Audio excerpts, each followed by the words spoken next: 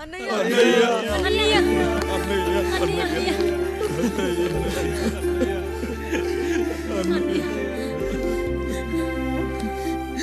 చాలా భయం వేసిందన్నయ్యా. ఇప్పుడు మమ్మల్ని వదిలి వెళ్ళకన్నయ్యా. రాత్రే కదరా మనం అందరం కలిసి పడుకున్నాం. ఎప్పుడో రాత్రి చూసామన్నయ్యా.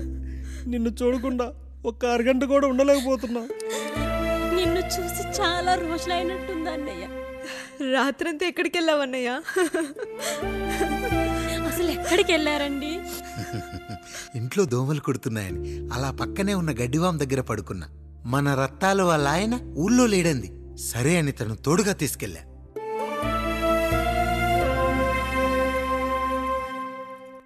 మీ సావుకటే మీ కుటుంబం నుంచి మిమ్మల్ని విడదీయాలయ్యా. అప్పటి వరకు మేము కళ్ళు తెరిస్తే మా కళ్ళ ముందు ఉండాలి, కళ్ళు మూస్తే మా కళ్ళలో ఉండాలయ్యా. నమస్కారం రాయుడు గారు.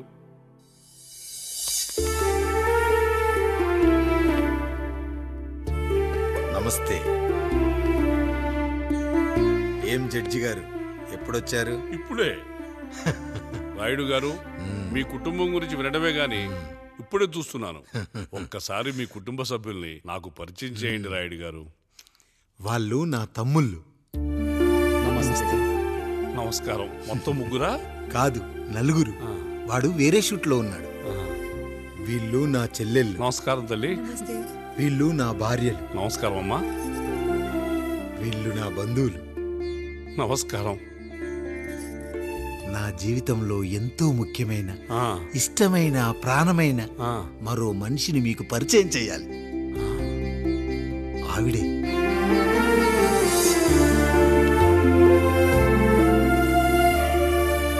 నమస్తే తల్లి. ఆవిడ మా పని మనిషి. తను వాళ్ళ అమ్మాయి. నాకు కూతురు లాంటిదే.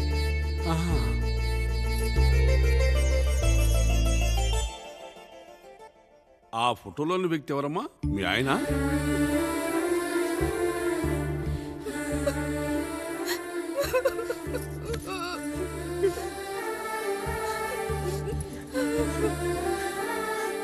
చనిపోయారా? అయ్యో లేదండి.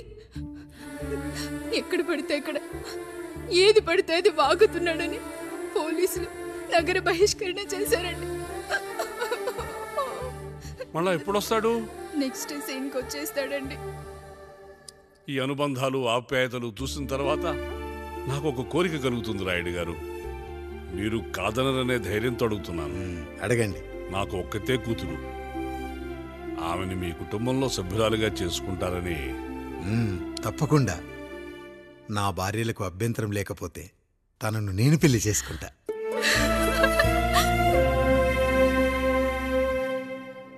అయ్యో, మీరు పొరపాటుగా అర్థం చేసుకున్నారు. మీ పెద్ద తమ్ముడికి ఇచ్చి చేస్తారని.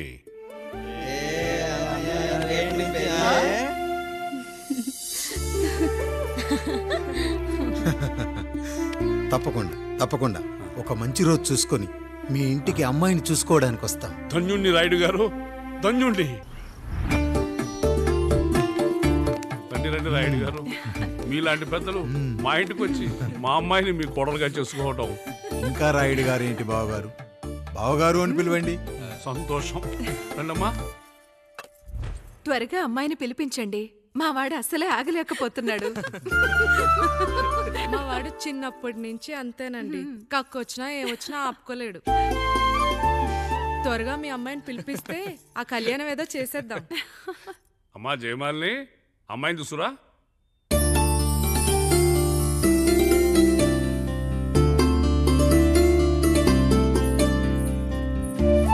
కూర్చోమ్మా.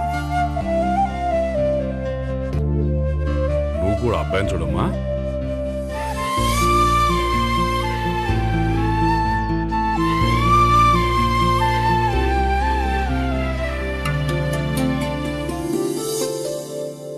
మా అమ్మాయి అని చెప్పుకోవడం కాదు కానీ అసలు ఈ కాలపిల్ల కాదు బావగారు. రాత్రంతా బయట తిరిగినా కోడి కుయ్యకు ముందు ఇంటికి వచ్చేస్తుందండి. మళ్ళా ఊరంతా నిద్రలేగిస్తే తప్పుగా అనుకుంటారు కదా. తను తిరిగే స్నేహితుల్లో పచ్చి తాగుబోతులు, తిరుగుబోతులు ఉన్నారు. కానీ ఆ విషయాన్ని తన మనసులోనే పెట్టుకుంటుంది కానీ స్నేహితుల గురించి ఎప్పుడూ చెడుగా చెప్పింది లేదు బావగారు. దీని చిన్నప్పుడే నా భార్య కారు డ్రైవర్తో కలిసి పక్క సందులోనే కూరగాయల మార్కెట్కి వెళ్ళి తప్పిపోయారు. అప్పటి నుంచి ఎంత వెతికించినా మా డ్రైవరు కనపడలేదు, నా భార్య దొరకలేదు.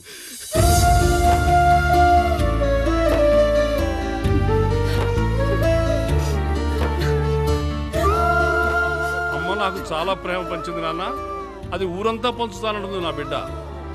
నేను కాదనలేదు. అలాంటి నా కూతురు ఇవాళ మీ కోడలవటం నిజంగా నా అదృష్టం బావగారు. ఈ రోజు నుంచి మీ అమ్మాయి మా ఇంటి బిడ్డ. అమ్మాయి నచ్చిందా బాబు? నచ్చిందా?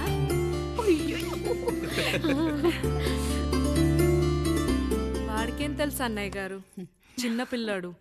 ఇప్పటికీ ఆకుని చెవులో పువ్వుని నోట్లో పెట్టుకొని తిరుగుతూ ఉంటాడు.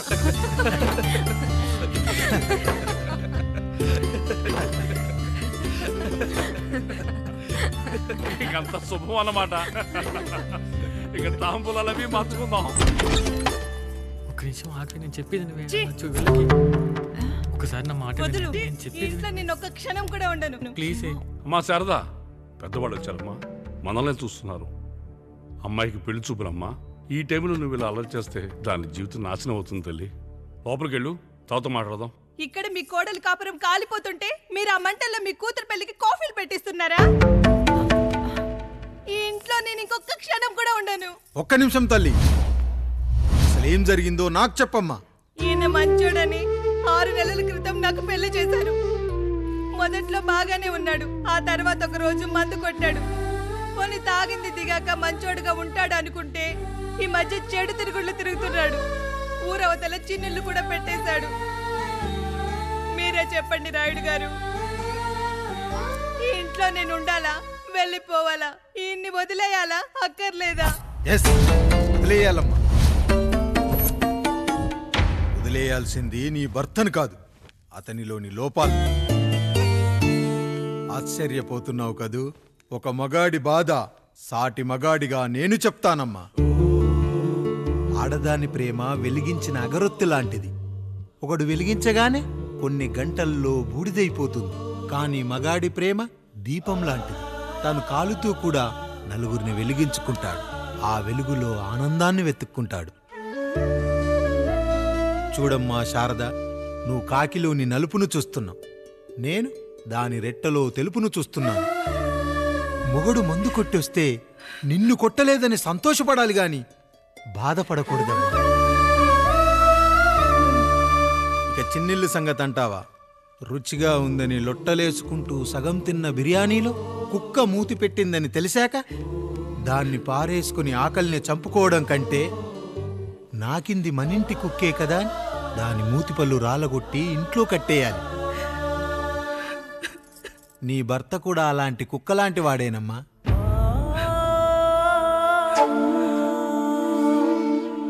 ఆడదానికి వయసొచ్చాక 3 ముళ్ళేసుకొని 90 ఏళ్ల జీవితం గురించి కలలు కంటుంది. అదే మగాడు 3 ముక్కలాడి 90 ml మందేయాలని కలలు కంటాడు. హౌస్లోనికి హౌస్ కీపింగ్కి తేడా తెలియని అమాయకపు జాతమ్మా మా మగజాతి. పండగ పూట తినే పాయసం రుచి గురించి మీకు తెలిసి ఉండొచ్చు. కానీ గరళం కంటే చేదుగా ఉన్న బ్రాందీని కక్కలేక మింగలేక తాగే ఆ బాధ ఒక్క మగాళ్లకు మాత్రమే తెలుస్తుంది. కష్టాల్లో ఓదార్చిన మందును సుఖాల్లో మర్చిపోకూడదని తాగడమే కాని మాకు మాత్రం తాగాలని ఆశుంటుందా తల్లి? చివరిగా ఒక్క మాట, కష్టాలు పొంగల్లో మిరియాల్లా మనకే వస్తాయి, కానీ సంతోషాలు ఉప్మాలో జీడిపప్పులా పక్కనోడుతో ఉంటాయి. ఎదుటివాడి ఉప్మాలో కూడా పనికిరాని కరివేపాకుంటుందని సర్దుకుపోవడమే జీవితమమ్మా. రాయుడు గారు, నన్ను క్షమించండి. రాయుడు గారు, నన్ను క్షమించండి. నా తప్పు నేను తెలుసుకున్నాను. ఈ రోజు నా 2 బిడ్డల జీవితాన్ని కాపాడారు రాయుడు గారు. ఈ శుభ కార్యక్రమాన్ని కూడా మీరే జరిపించండి. తప్పకుండా.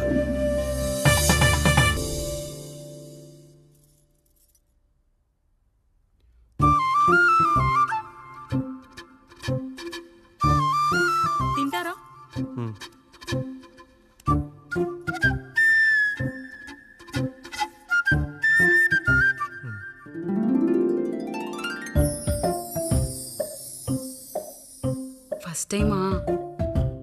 అవును, మీకెలా తెలిసిపోయిందండి? అంటే మా బామ్మ చెప్పింది.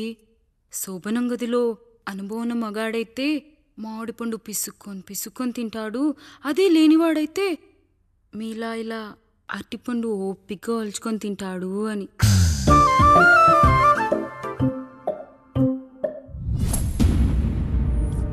ఏంటవి? అవేంటో తెలీదా? ఫ్రెండ్స్కి పెళ్ళని చెప్తే హ్యాపీ బర్త్డే అనుకొని బెలూన్స్ ఇచ్చారు, ఫీల్ అవుతారు కదా అని 4 అక్కడ కట్టాను.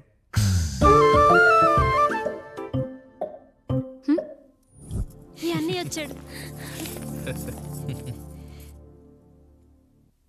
పిల్లల గదిలోకి వెళ్ళారా? వెళ్ళారండి. మీరెంత ఏంటి ఇంత రాత్రైనా ఇంకా పడుకోలేదా? మీరు లేనిది ఎప్పుడైనా పడుకున్నామా అన్నయ్య? అందరం కలిసే కదా పడుకునేది మావయ్య. సరే సరే, అందరం పెద్దోడి గదిలో పడుకుందాం. ఈరోజు వాడి శోభనం కదా, అసలే కొత్త. పక్కనుంటే ధైర్యంగా ఉంటుంది. పక్క నుండి దగ్గరుండి జరిపిద్దాం, పదండి.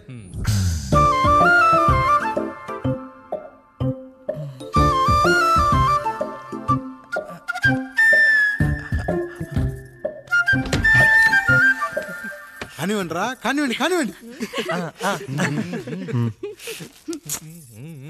మీరేం మావయ్య ఇక్కడ పడుకుంటున్నారు? అదేంటమ్మా పెద్దోడా, చెప్పలేదా? మేమంతా కలిసే పడుకుంటామమ్మా, నువ్వు మాతో పాటే. అవును భార్గవి. మీరు ఊరుకోండి, మీరు ఇక్కడ పడుకోవడం నాకు ఇష్టం లేదు మావయ్య.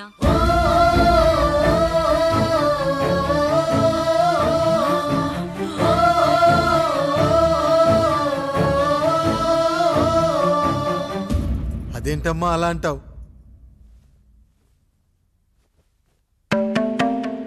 ఎన్నో చూశాం, ఎన్నో చేశాం. దుక్కి దున్ని కోత కోయకుండానే ఈ విత్తనాలన్నీ మొలకొచ్చాయంటావా తల్లి?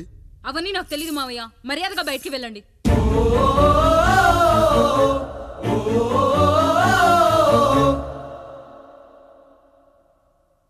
కనీసం ఆ మూలనైనా పడుకుంటామమ్మా. నువ్వైనా చెప్పరా పెద్దోడా? అంటే తను ఇబ్బంది పడుతుంది కదా నాన్న.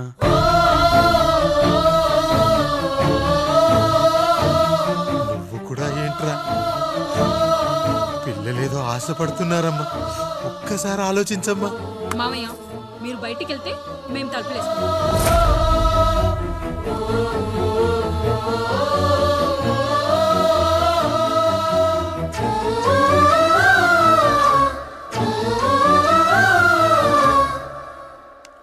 వేసుకోండి అమ్మా, వేసుకోండి, తలుపులు వేసుకోండి.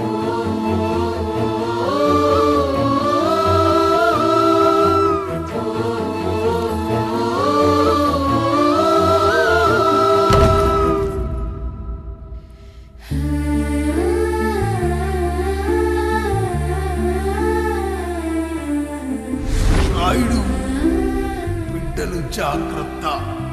ఈ రోజు నుంచి వీళ్ళంతా నీ తమ్ముళ్ళు చెల్లెళ్ళు కాదు, నీ బిడ్డలు.